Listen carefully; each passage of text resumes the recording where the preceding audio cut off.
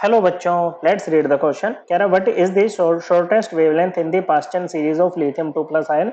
Lithium 2 plus ion की Paschen series में shortest wavelength वाली लाइन कौन सी होगी बच्चों? तो देखो वेवलेंथ कैसे निकाल सकते हैं बच्चों। ओके, इस नंबर से वेव नंबर वाले फॉर्मूले से निकाल सकते हैं। वेव नंबर होता है 1 बाय लैम्बडा और ये किसके इक्वल होता है बच्चों? ये इक्वल होगा आपका आर। आर होता है रेडबर्ग कांस्टेंट। ओके बच्चों, आर इंटू 1 बाय n1 का स्क्वायर। n1 ग्राउंड स्टेट है माइनस 1 बाय n2 का स्क्वायर। n2 क्या है बच्चों? आपकी एक्साइटेड स्टेट है इंटू जेड स्क्वायर। जेड क्या होता है बच्चों?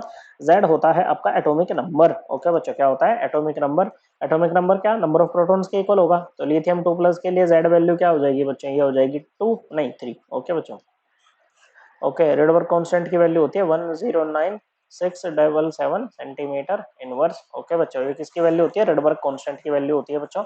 ओके, अब देखो ये पास्टन सीरीज की बात कर रहा है। पास्टन सीरीज देखो क्या होता है, जैसे आपका एटम या आयन। ओके बच्चों, क्या एटम या आयन अगर किसी भी एक्साइटेड स्टेट में, और वो किसी भी एक्साइटेड स्टेट से बच्चों, उसकी जो ग्राउंड स्टेट है बच्चों, क्या है बच्चों? ग्राउंड स्टेट है वो n इक्वल टू 1 है बच्चों। तो ऐसे में जो सीरीज बनती है उसको हम क्या बोलते हैं बच्चों? लाइमन सीरीज बोलते हैं बच्चों। कहीं से भी अगर किसी भी एक्साइटेड स्टेट से अगर आपका n इक्वल टू 2 पे आके गिरेगा, मतलब ground state n equal to 2 है, तो ये बनती है बाल्मर सीरीज। और अगर कहीं से भी किसी भी एक्साइटेड स्टेट से अगर n इक्वल टू 3 पे आके गिरता है बच्चों, तो वो क्या बनेगी? आपकी पास्टन सीरीज बनेगी। ओके, तो पास्टन सीरीज के लिए हमें ये तो पता लग गया जो ग्राउंड स्टेट होती है ना वो n इक्वल टू 3 होती है। मतलब n1 की वैल्यू क्या हो जाएगी बच्चों? 3 हो जाएगी बच्चों। क्या होगी बच्चों? 3 होगी। अब देखो जो एनर्जी होती है, ओके बच्चों, उसको कैसे निकालते हैं? ये होता है hc बाय लैम्बडा। मतलब एक तरह से हम क्या कह सकते हैं बच्चों कि एनर्जी और लैम्बडा इनवर्सली प्रोपोर्शनल होते हैं एक दूसरे के। ओके, अगर एनर्जी बढ़ेगी तो लैम्बडा कम होगा बच्चों। ओके बच्चों, और लैम्बडा ये एनर्जी घटेगी तो लैम्बडा ज्यादा हो जाएगा बच्चों।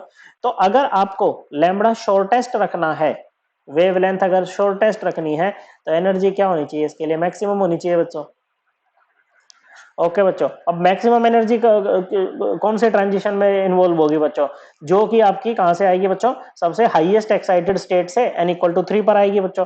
हाईएस्ट एक्साइटेड स्टेट मतलब n2 की वैल्यू क्या रहेगी बच्चों? आपकी इन्फिनिटी रहेगी। क्या रहेगी बच्चों? सॉरी बच्चों, n2 की वैल्यू यहाँ पर क्या रहेगी बच्चों?